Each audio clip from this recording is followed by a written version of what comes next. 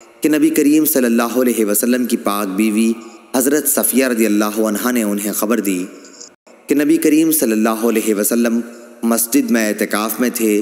آپ صلی اللہ علیہ وسلم کے پاس ازواج مطہرات بیٹھی تھیں۔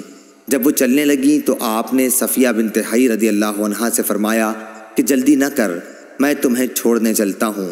ان کا حجرہ دارالاسامہ میں تھا۔ چنانچہ جب رسول اللہ صلی اللہ علیہ وسلم ان کے ساتھ نکلے تو 2 انصاری صحابیوں سے آپ کی ملاقات ہوئی۔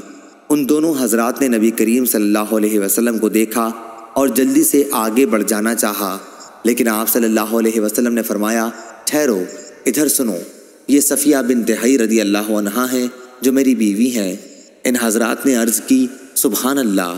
آپ صلی اللہ علیہ وسلم نے فرمایا کہ شیطان انسان کے جسم میں خون کی طرح دوڑتا ہے، اور مجھے خطرہ یہ ہوا کہ کہیں تمہارے دلوں میں بھی وہ کوئی بری بات نہ ڈال دے۔